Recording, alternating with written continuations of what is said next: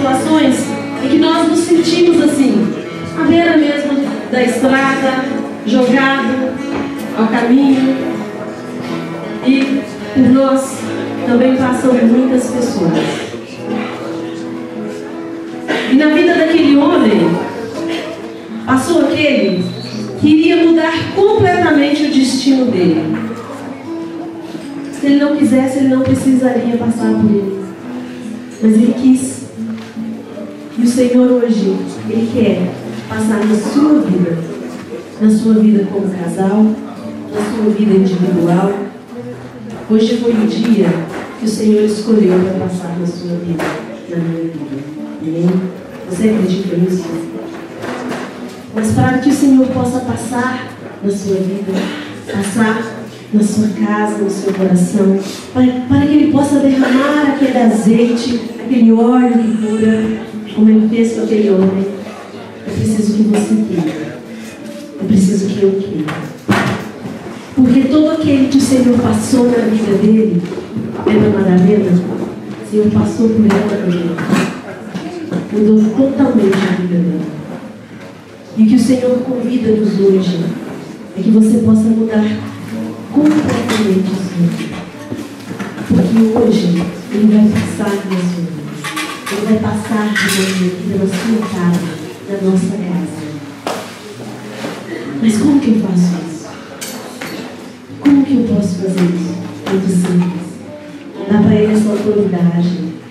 Pedir ao Espírito Santo de Deus que possa queimar o seu coração, incendiar o seu coração e com esse desejo ardente, querer que o Espírito Santo de Deus entre na sua vida, transforme a sua vida. Porque para que a minha vida seja transformada, não basta que eu queira. Eu posso até querer. Mas se não tiver a mão do Senhor, a ajuda do alto, eu não vou conseguir ir para frente. Porque é o Senhor que nos impulsiona, é Ele que nos leva para frente, é Ele que faz a gente atravessar o problema, por maior que seja. Pedro, quando negou Jesus, Pedro pensou, acabou para mim. Aí Jesus passou na vida dele e somente olhou para ele. A história dele foi outra. Quero convidar você, a todos nós, que neste dia, que nós possamos deixar o Senhor passar pela nossa vida. Já coloca a sua mão no seu coração. Se você quiser, porque o Senhor é assim, Ele só entra na minha vida se eu quiser. Mas se você quiser, já pode ir convidando Ele. Convida Ele, Senhor, entra no meu coração, entra na minha vida. Eu quero ser incendiado por Ti. Senhor, eu quero ser incendiado. Faça essa oração do jeito que você souber. Senhor, eu quero ser incendiado pelo Teu Santo Espírito. Eu quero, Senhor, que o Teu Santo Espírito desça sobre mim e que mude o Espírito Santo de Deus toda aquela realidade lá de casa. E que mude o Espírito Santo de Deus tudo aquilo que precisa ser mudado. E que tire o Espírito Santo de Deus do meu coração toda a preguiça de rezar, toda a preguiça, toda a vontade de ser bom, de ser melhor. Porque eu tenho vontade, mas eu preciso que você me ajude. Venha, Espírito Santo de Deus, venha força do alto, venha sobre a minha casa, venha sobre o meu coração. Incendeia, Espírito Santo de Deus, a minha alma. Incendeia, Espírito Santo de Deus, todo o meu ser. Me incendeia, Espírito Santo de Deus. Venha, Espírito Santo de Deus. Vai fazendo essa oração. O ministério vai cantando e você cantando com o ministério. Peça para que esse dia não passe na sua vida. Passe sem você ter percebido. Peça para que esse seja um dia único na sua história. Um dia que o Senhor passou por você, passou por mim, derramou azeite na sua vida, incendiou a sua alma de uma forma tão profunda que você, todo queimado pelo poder do Espírito Santo, desejou ser outro, ser novo, ser transformado, ser curado. Incendeia, Senhor, a nossa alma. Incendeia, Senhor, o nosso coração. Por favor, tem uma avó branca que precisa ser removida que está ali no meio. Por favor, do coração,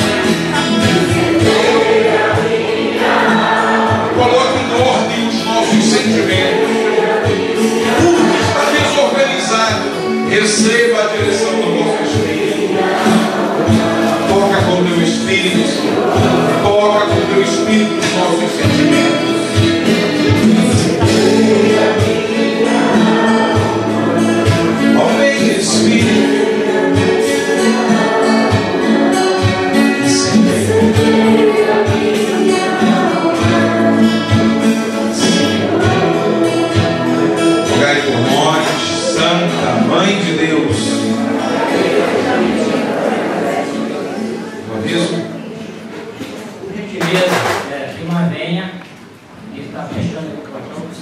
sair.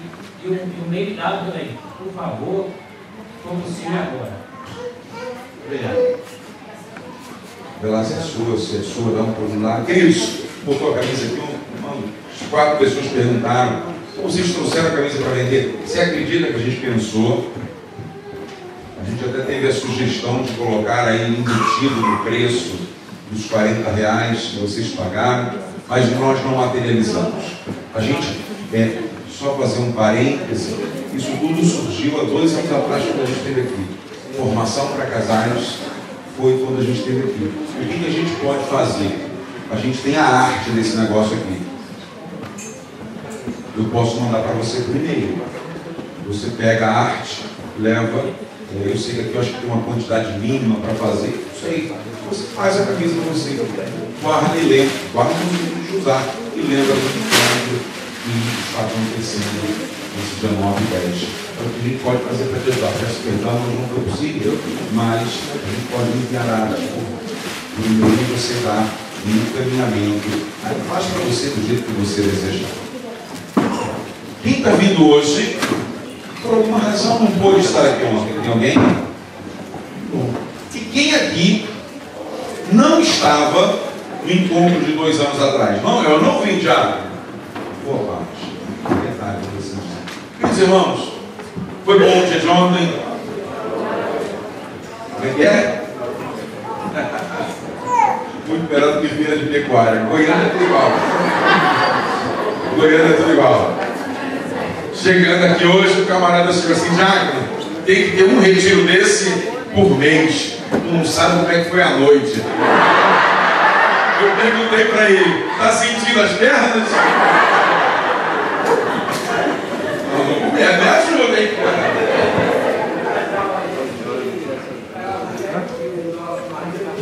A mulher... Elas gostam, né? A mulher pediu um vou lá pedir, ele deu 10 e não quero troco. É isso? O negócio está ficando rabiscado, como a gente fala no Rio. Queridos, é isso. Viver essa harmonia conjugal. A gente pegou no início do dia de ontem aquilo que é harmonia no sentido lá do desfile de carnaval, né? Ou seja, está no mesmo ritmo, um com o outro. Falávamos e partilhávamos aqui de que tem um cara que é o diretor de harmonia e ele vai enxergando onde a coisa não está caminhando de forma harmônica. E ele tem pessoas que ajudam ele lá no meio daquela multidão de pessoas que estão desfilando, dizendo, vai para frente, corre, não deixa um buraco aqui entre uma ala e outra, e o camarada vai lá ajudando e apitando, e todo mundo entende que aquela harmonia precisa ser mantida. Nessa manhã, a gente quer partilhar sobre algo que tem a capacidade de ferir esta harmonia conjugal, que pode vir, e se ela prolongada for, sem que haja o devido tratamento, quando a gente menos esperar, a gente vai ver que esta harmonia será, não vou dizer impossível, mas muito difícil de ser reconquistada. Por exemplo, um carro alegórico daquele, ele tem um limite de peso que ele pode ter. E ele tem um limite de pessoas que ele pode carregar. É muito comum excesso de peso fazer o carro não andar na velocidade que ele deveria andar. O que acontece? Você olha para o desfile, fica aquele vão, e aquilo ali faz a escola perder pontos. Outra realidade, coloca-se muito material que queima fácil, muito perto de parte elétrica. E vira e mexe, você vê um carro pegando fogo, aquele carro precisa sair, e aí é claro que aquilo que estava caminhando harmonicamente, o conjunto da obra dá lugar a algo que faz perder ponto. Onde é que eu quero chegar com você? Existem realidades na vida conjugal que também, quando acontece, precisa ter o devido tratamento para que a gente saiba colocar, vamos dizer assim, novamente o carro para andar. Senão, corremos um sério risco do carro quebrar e aquilo que estava caminhando tão belo sofrer perda dos pontos lá para eles e para nós aqui sabemos algumas outras realidades que às vezes fica muito difícil o reparo. No dia de ontem, evidente, nosso desejo era tratar só, e a gente falava disso, falamos da comunicação, falamos dos tipos de pessoas que nós somos, como a gente alterar e mudar esse comportamento. Mas hoje a gente quer falar um pouco mais de vida de dois, um pouco mais intenso do que ontem. Falar de realidades que talvez são muito próximas da nossa vida de marido e nossa vida de esposa. Então, nessa parte inicial, eu queria olhar com vocês e rezar com vocês, trazendo uma pergunta para você ir respondendo ao longo dessa palestra, dessa pregação. Como é que vocês dois enfrentam dias difíceis? Tanto para um quanto para outro, ou para toda a família, ou para ambos. Como é que o casal dá tratamento quando o vento contrário visita a nossa casa? Quando as notícias que menos esperávamos chegam sem mandar aviso prévio? Quando o raio cai 3, 4, 5 vezes no mesmo lugar? Como é que o casal enfrenta? E aí você tem a sua matéria-prima. Eu quero trazer o ensinamento de Deus para juntar-se à nossa matéria-prima, para que a gente possa enfrentar como Deus nos pede. E aí é um desafio. Porque o marido, a esposa, cada um tem o seu formato. A gente viu ontem. O marido caladão, né? O mundo está acabando, a pilha de conta está subindo, e o cara está lá. O mundo não acaba amanhã, não está preocupado. E aí a gente percebe que o outro cônjuge pode ser perfeitamente o oposto.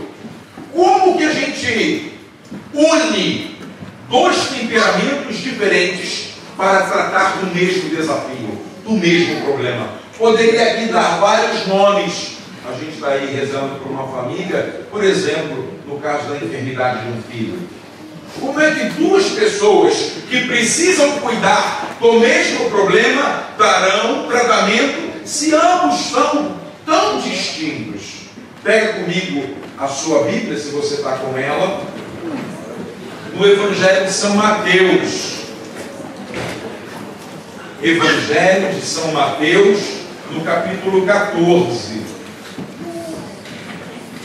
Recordo-me que da última vez que aqui estive, nós partilhamos um pouquinho dessa realidade. Peço perdão a quem esteve da outra vez, mas quero também trazer para os que não estiveram, e peço a Deus que nos dê a graça de não só não repetir, mas principalmente nos dar a graça para o dia de hoje, para essa hora, para que atinja os nossos corações. Mateus é o primeiro evangelista, 14, 23. Mateus 14, 23. Qual é o título que está aí? Quem está com a Bíblia? Jesus caminha sobre as águas. A fé é outra tradução de Bíblia, vai falar a fé nos momentos difíceis. Ambas traduções vão falar da mesma coisa. Mateus 14, 23. Feito isso, subiu a montanha para orar na solidão. E chegando à noite, estava lá sozinho. Vamos pegar o 22, que ele está fora do capítulo, do título. Logo depois, Jesus obrigou seus discípulos a entrar na barca e a passar antes dele para outra margem, enquanto ele despedia a multidão. Feito isso, subiu a montanha para orar na solidão, e chegando à noite estava lá sozinho. Entretanto, já a boa distância da margem, a barca era agitada pelas ondas, pois o vento era contrário. Para aí no instante, olha para cá. Vamos tentar entender a nossa vida de marido e de esposa. O que Jesus fez com os discípulos naquela noite? Ele foi rezar na montanha e ele, qual é o verbo que está sendo utilizado aí? O que ele fez com os discípulos? Eu vou ler aqui na minha tradução. Logo depois, Jesus obrigou. Pai, mãe, quando você obriga seu filho, ele pode discutir com você? Ele pode argumentar? Não. Obrigação é uma ordem.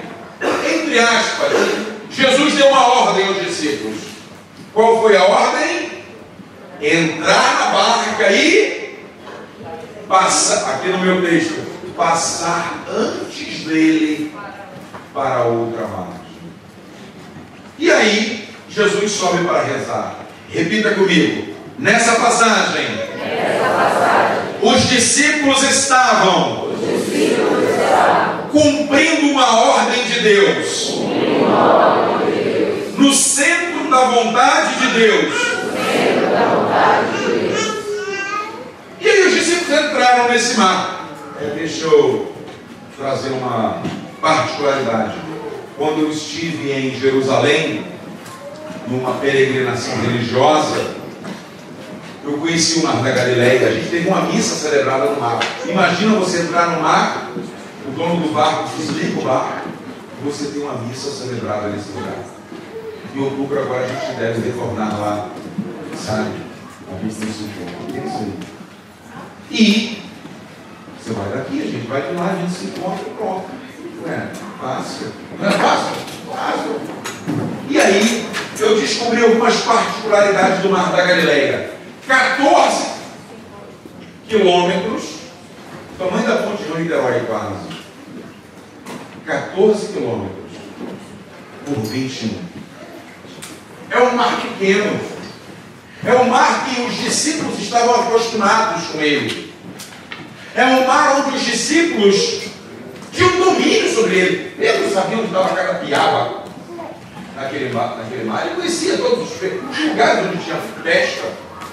Então, os discípulos saíram e pensaram assim: pô, Jesus foi rezar e agora pediu para a gente ir atravessando.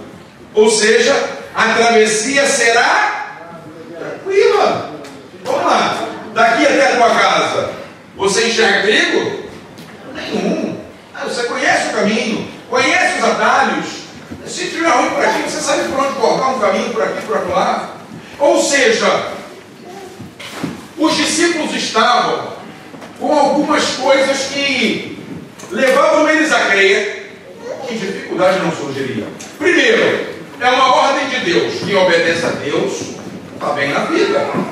Segundo, ele está mandando a gente para ir para onde a gente já vai todo dia. A gente anda nesse mar toda hora. Só que aí aconteceu algo.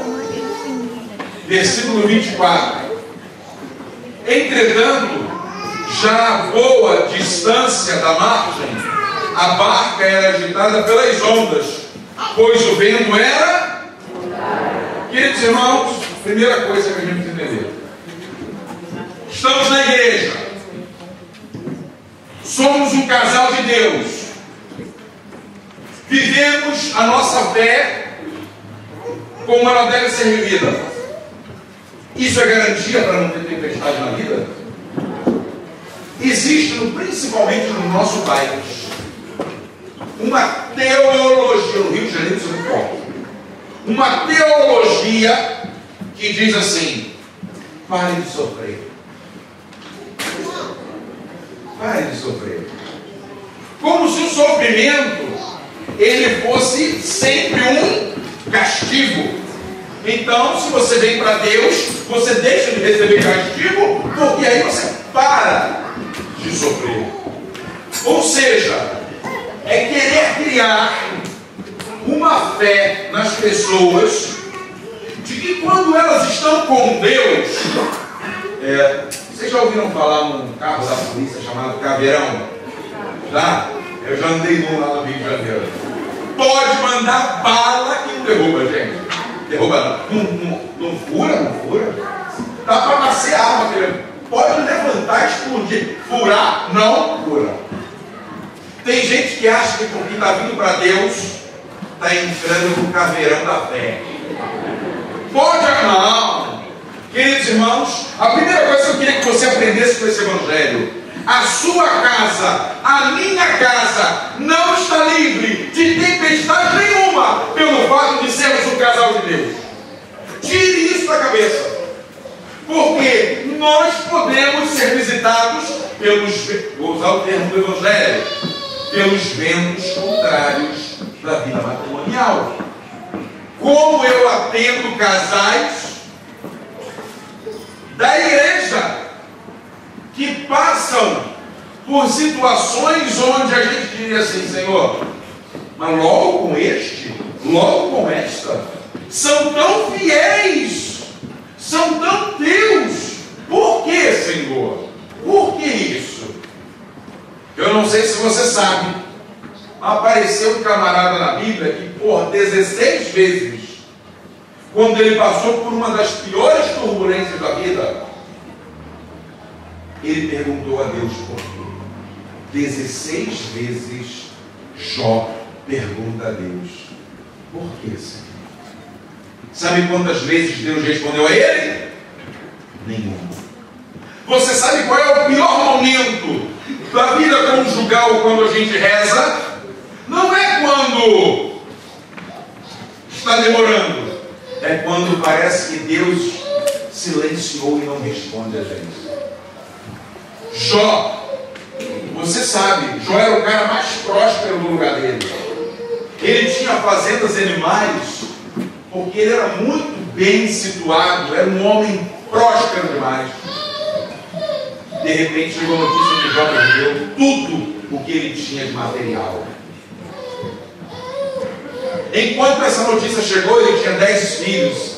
Alguém disse: Jó, corre, porque os teus 10 filhos morreram. Imagine um pai velando 10 corpos de filhos. Depois, como se não bastasse o financeiro, como se não bastasse os filhos, uma doença incurável, da planta do pé ao último fio de cabelo. Sem bens, sem filhos e doente. Como se isso não bastasse, a mulher de Jó, que era aquela que acompanhava ele, teve uma ideia genial. Virou para Jó e disse assim: Jó, você está servindo a Deus, não está adiantando nada. Amaldiçoa ele e pede a morte. Olha o que a melhor companheira de vida de Jó disse a ele: é melhor você pedir a morte, porque sua vida já não tem mais sentido. Depois vieram 3 amigos de Jó. Quando viram e ouviram as notícias, sem bens, sem filhos, sem saúde, com uma mulher desejando a morte, os 3 amigos disseram assim: Jó, sabe de quem é a culpa disso tudo? Tua. Os caras que vieram para trazer paz, trouxeram a última pá de cal, tentaram sepultar Jó. Jó enfrentou crise em 5 áreas, que é o caos da vida conjugal. Quando a gente tem uma falsa impressão de que casamento acaba por conta de adultério, mentiras, e não é verdade. Também por isso. Mas a esmagadora maioria dos matrimônios que terminaram em tribunais não tem nada a ver com isso. A grande maioria é porque não souberam enfrentar as tempestades da vida, que não fala sequer em nenhum momento de que foi por adultério. Fala sim que momentos difíceis não tiveram um tratamento devido. Eu trabalhei numa administradora de condomínios no Rio de Janeiro, e ela tinha em muitos bairros do Rio. Em um deles, a Barra da Tijuca, que é um bairro nobre do Rio de Janeiro, a gente recebeu um telefonema que deveríamos ir com urgência lá, porque havia acontecido um homicídio, e nós, como administradores, tínhamos que ir lá para dar suporte ao síndico. Chegando lá, a gente na hora não entendeu nada, tinha 3 corpos, um casal e uma filha, e a gente não entendia nada, porque chegamos lá pegando o bonde no meio do caminho. No dia seguinte, a gente soube o que aconteceu, com detalhes. Aquele pai, aquele marido, que era um homem extremamente bem sucedido na vida financeira e que podia proporcionar à família tudo que a família desejava, ele veio falir, a falência financeira. As dívidas foram muito altas, a situação dele foi mudando. Ele já não podia conceder à família aquilo que ele mais gostava, que era fruto do seu patrimônio. O que ele fez? Ele deixou uma carta para o irmão dele, onde ele disse ao irmão um pedido de perdão à família inteira, mas que ele não suportou a tensão. Ele matou a mulher de bruço e a filha de bruço, porque não teve coragem de fazer isso olhando nos olhos, e depois deu um tiro na própria cabeça. A maioria das nossas realidades e crises conjugais estão ligadas a essas tempestades que nos visitam. E deixa eu falar uma coisa para você. Pedro não imaginava enfrentar uma tempestade no lugar que ele mais tinha domínio, conhecimento. A maior tempestade que pode acontecer comigo e com você não está fora, lugares distantes. Não! As tempestades mais doídas são aquelas que nós temos domínio, às vezes aquelas que nós trocamos as pratas, aquelas que nós sentamos e deitamos do lado todos os dias. Essas tempestades são as que causam maior impacto, porque nós não esperávamos que elas fossem surgir dali. Foi isso que aconteceu com Jó. E os discípulos também não esperavam isso. Mas deixa eu fazer um parêntese. Homem, deixa eu fazer uma pergunta para você. Imagina você no lugar de Jó. Tudo deu errado. Aí a tua mulher, essa que está aí do lado, vira para você e fala assim: deu ruim, hein? É melhor você morrer. Mas morre sozinho. Foi o que a mulher de Jó desejou. Você sabe o final da vida de Jó? Jó recuperou tudo que ele perdeu em dobro. Jó recuperou a saúde e viveu plenamente o gozo da saúde. Imagina você falido, as coisas ressurgindo e você dormindo com alguém que te desejou a morte. O que você faria com ela? Hein? Não, seja sincero. Uma aqui já se entregou. Eu matava. Deixa eu falar uma coisa. Você sabe o que Jó faria?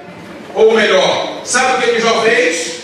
Jó olhou para ela, o dinheiro voltou, a conta bancária está gorda, ó, saudável, tinido, pegando fogo. Jó falou para ela: tu me desejou a morte, eu quero 10 filhos de volta, te prepara que tu vai dar a luz a Se você pensar, você pode não me querer. Jó empaçocou mais 10 meninos. Aprenda com casais da igreja, da Bíblia. Jó tinha tudo para dizer: tu está precisando de um botox. Ó, com o que eu tenho agora, eu arrumo 2 de 25. Jó olhou para ela e falou o seguinte: tu quer saber de uma coisa? A gente vai jogar mais uma partida aí, ó, para cada partida um menino. Veja que maravilha quando o homem é de Deus.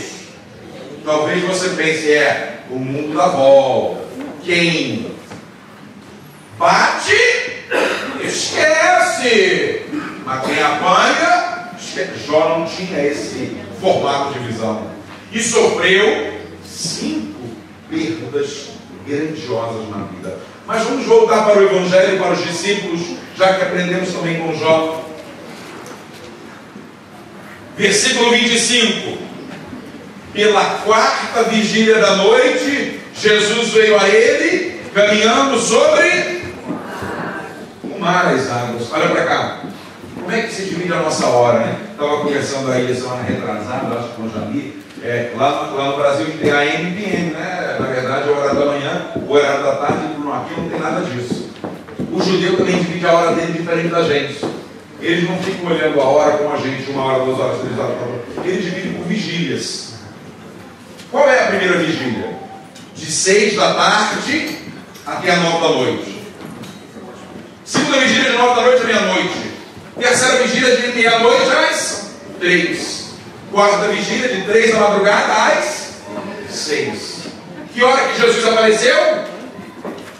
Na quarta vigília. Que horas que Jesus mandou os discípulos atravessar o mar? Na primeira vigília. Quanto tempo os discípulos ficaram sozinhos dentro do barco, tentando tirar água? 3 vigílias. Olha para a tua mulher, olha para o teu marido e diz assim: Deus pode demorar, mas Ele chega. O barco não vira. Veja que maravilha. Quando a gente olha assim, a gente fala assim, não, você conhece um pouquinho de Mateus, você conhece um pouquinho de João, de Tiago, de André, de Pedro. Pedro era o cara mais desaprumado do mundo. Pedro era o cara mais bronco do mundo. Pedro, ele era capaz de sair do 8 por 80 em fração de segundo. O meu e o seu não lava. Não tem parte comigo, então dá logo um banho inteiro. Ele era rápido no gatilho. O cara chegou lá para aprender Jesus, ele falou: não vai aprender não. Jesus estava rezando no Vale do Cedron. Jesus estava num grupo de oração. E Pedro levou o que com ele? Uma espada. Como é que Pedro ia rezar? Armado. Pegou a espada e pá, na orelha do camarada. Pedro era assim, impetuoso. Jesus deu um bom menino. Calma. Pegou as orelhas do cara no chão, botou todo mundo lá, fica tranquilo. Primeiro transplante de orelha foi isso. Foi Pedro. Obrigou Jesus a fazer. Imagina Pedro no barco.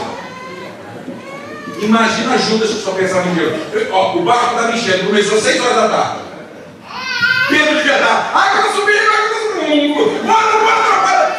Eu acho que Judas devia estar assim, tá vendo? Vamos perder dinheiro nessa história, porque tem que vir no barco, botar o dinheiro na conta. Só pensava em cada um tinha uma solução.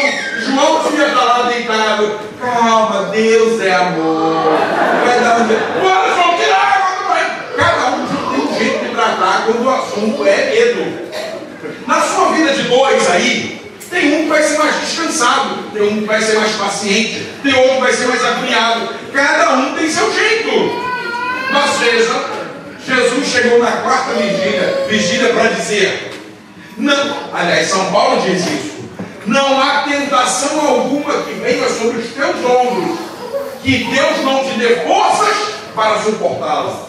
Não existe. Deus não nos deixa ser tentado na nossa vida sem nos dar a força capaz para suportar esse momento. E aí Jesus chega na quarta vigília, todo mundo aperreado. Jesus chega tranquilão, anda, ainda escolheu um meio doido, né? Andando pelas águas. E vem a tempestade, estava Pedro querendo jogar meia dúzia, andando pelas águas. Eu não sei se você sabe, Jesus acalmou 2 tempestades. Essa foi a segunda. A primeira ele estava dormindo lá. Aí Pedro acordou ele. Como é que você acha que Pedro acordou Jesus? Com água no peito. Senhor, se eu pôr um negócio, a água entra na sua canela. Tu acha que Pedro acordou Jesus assim? Ele deve ter sido aos berros, se não foi chutando. Levanta, tá morrendo, Senhor. Jesus deu uma espreguiçada. Calma. O que põe medo em você embala o meu sono. É rede de mineiro. A tempestade para você é uma rede para mim. Você perdeu o controle dela, mas ela continua no meu controle. Mas só que nessa não. Nessa Jesus não estava no barco. E os discípulos aí ficaram com mais medo ainda. E Jesus vem andando sobre as águas. Olha o que aconteceu, pega aí comigo. Versículo 26. Quando os discípulos o perceberam caminhando sobre as águas, ficaram com medo. É um fantasma, disseram eles, soltando. Mulheres, fala bem alto. Soltando. Imagina 12. Uma mulher gritando com medo de barata é um grito agudo. Agora imagina 12 homens com medo de um fantasma. É igualzinho a mim no parque, era só virar e botar o próximo na frente para morrer. Quem morre eu não sei, eu vou ser o 12º. Repita comigo: as soluções de Deus para as minhas dificuldades familiares podem me causar medo. Porque a solução dele pode não ser do modo que eu desejo.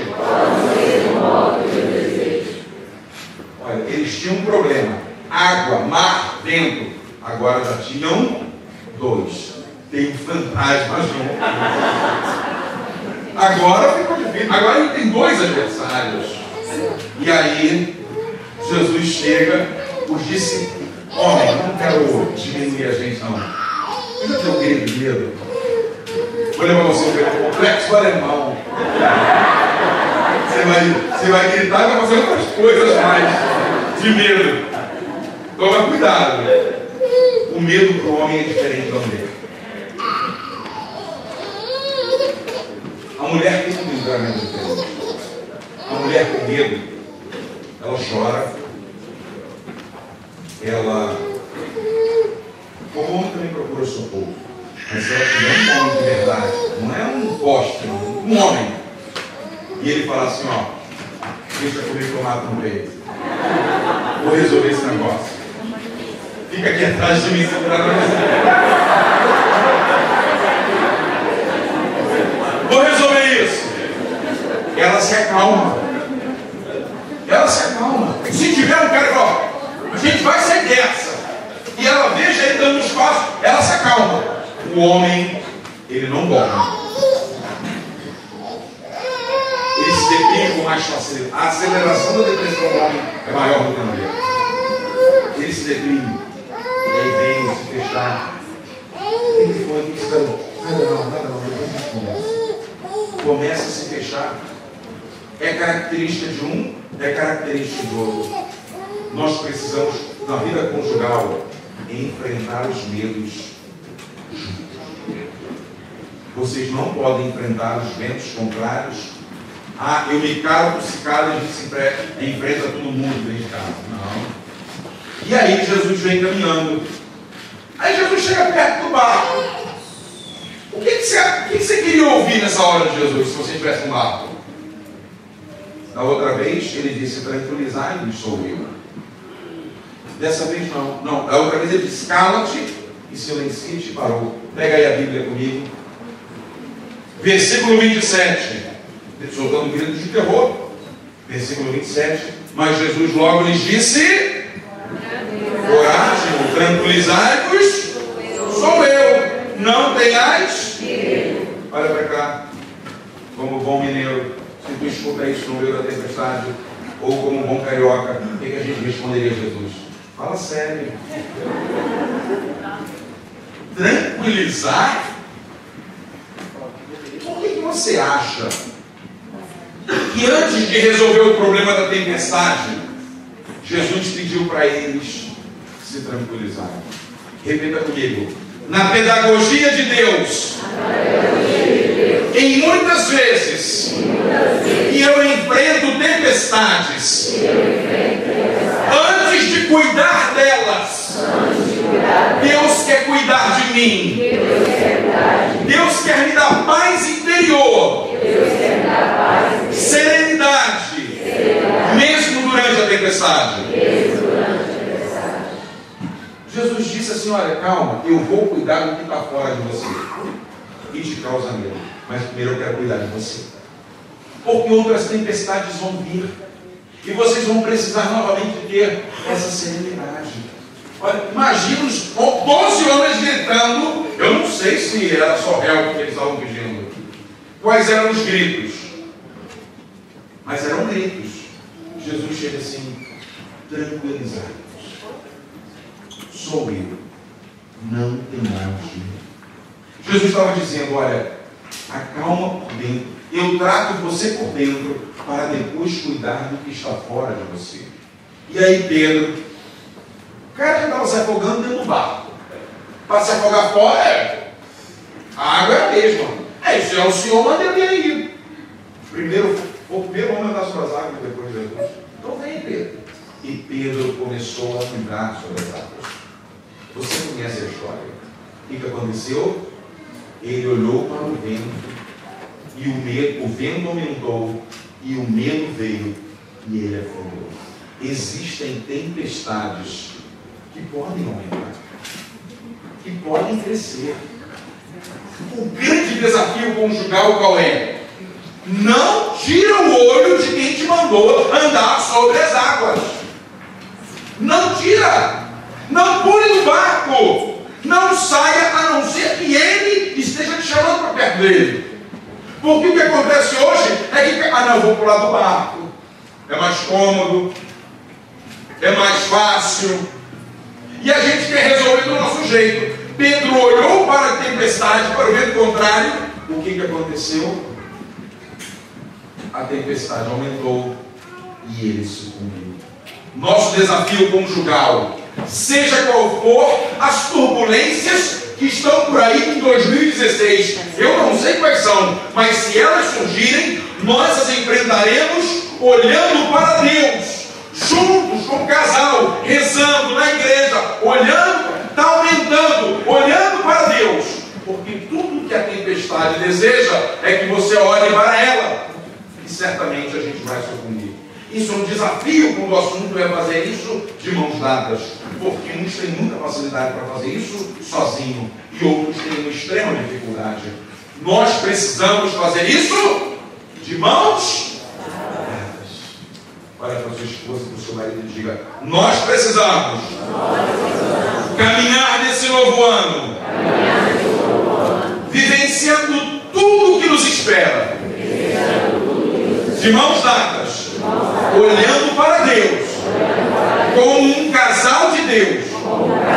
E se as tempestades surgirem, nós as enfrentaremos de mãos dadas com Deus. Mas há algo nessa pedagogia aí que me encanta, antes da gente, nessa realidade de vida matrimonial, uma coisa me encanta. Por que Jesus não veio? Porque não falta. Hoje eu sei que não falta, mas naquela época também não faltava, porque a Bíblia diz isso. Barco no mar da Galileia. Por que Jesus não pegou um barquinho daquele? Ele foi lá remando, não sei, ele podia pedir para alguém ajudar. Por que ele quis andar sobre aqueles mares revoltos? Para que hoje, no dia 10 de janeiro de 2016, eu e você pudéssemos compreender uma coisa: tempestades na vida matrimonial precisam e são um tapete onde Deus anda para chegar até mais perto da gente. Deus utiliza-se das tempestades, pisando sobre ela para dizer: eu uso esse caminho para me aproximar de você. Eu quero usar esse caminho, mas também quero deixar claro que o que causa medo para você está debaixo dos meus pés. Eu tenho controle. Nesse primeiro momento, nós queremos rezar pedindo ao Senhor uma graça. A graça, engraçado não era a gente que estava naquele barco. A tripulação não se perdeu. A tripulação não se perdeu. Eram 12. Chegaram os 12 do outro lado. Todos chegaram. Assustados, mas chegaram. Quando a gente tem um barco, muito mais do que segurança, se a gente voltar à arca e o Titanic, mas quando a gente está na presença de Deus no barco, a tripulação é poupada. A tripulação, mesmo tendo conflitos, ela consegue chegar toda ela no lugar de destino. Feche seus olhos um instante. Somente seus olhos fechados. Reza e canta essa canção e deixa Deus falar com você através dela.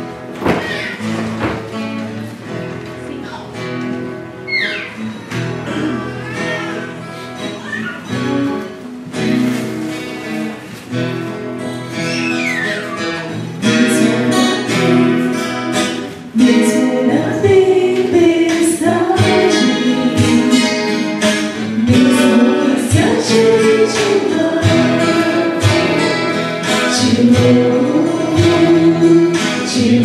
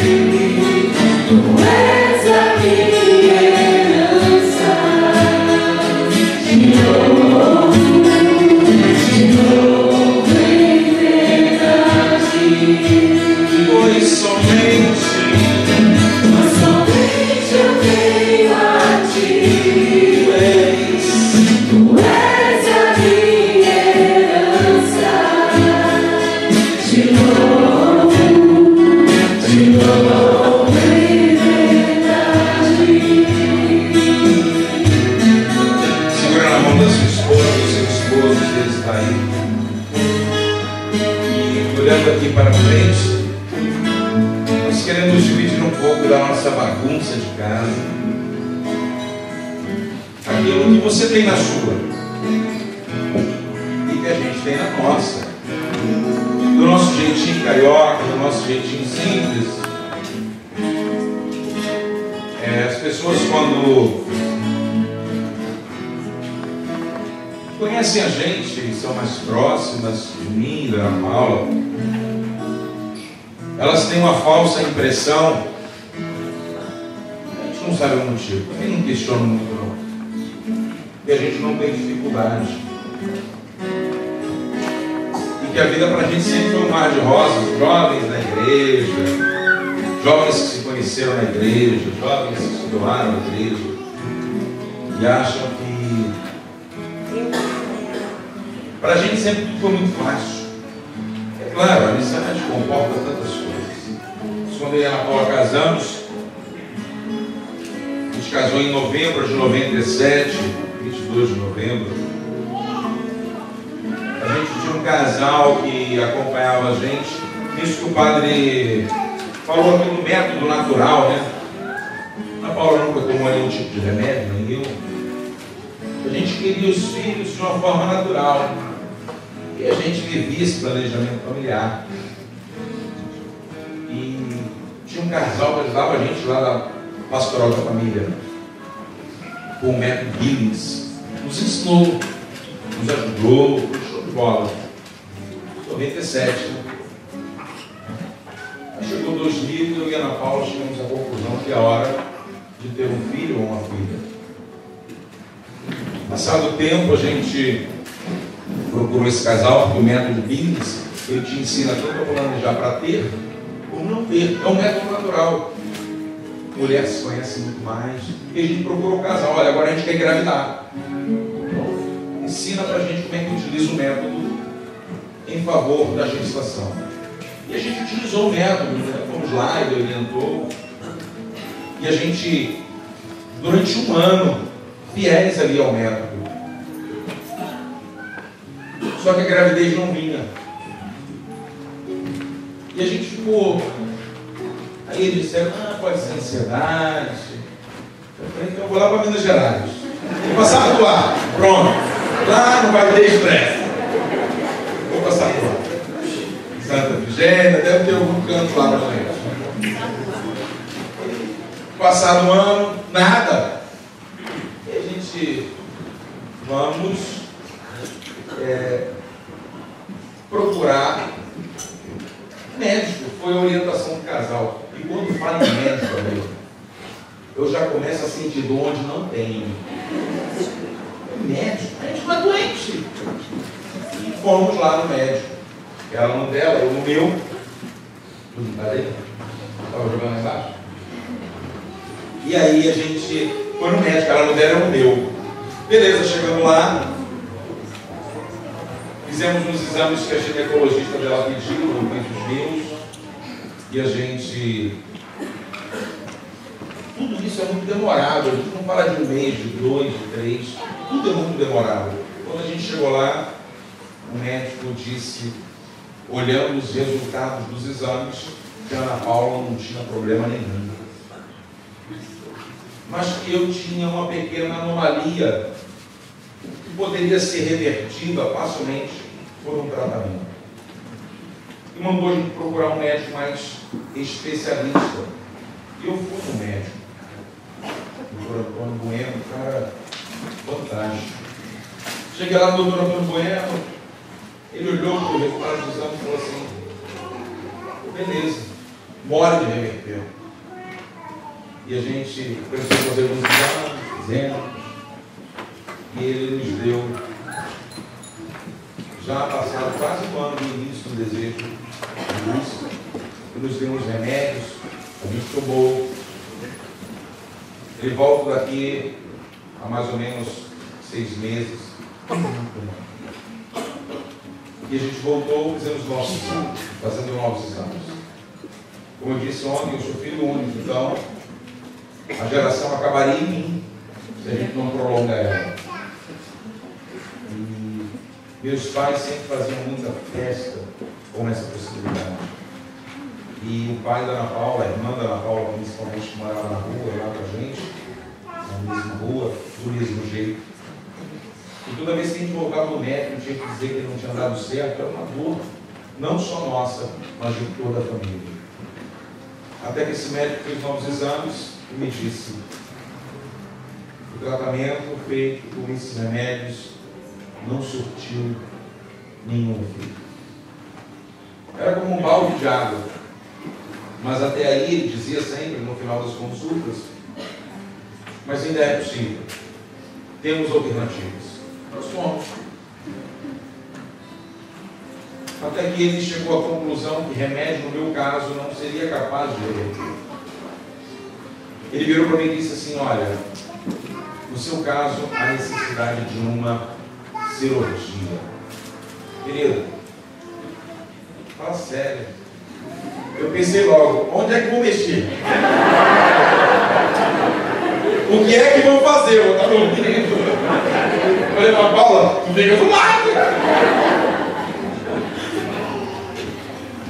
Eu falei, na primeira hora, você sabe qual foi o meu pensamento?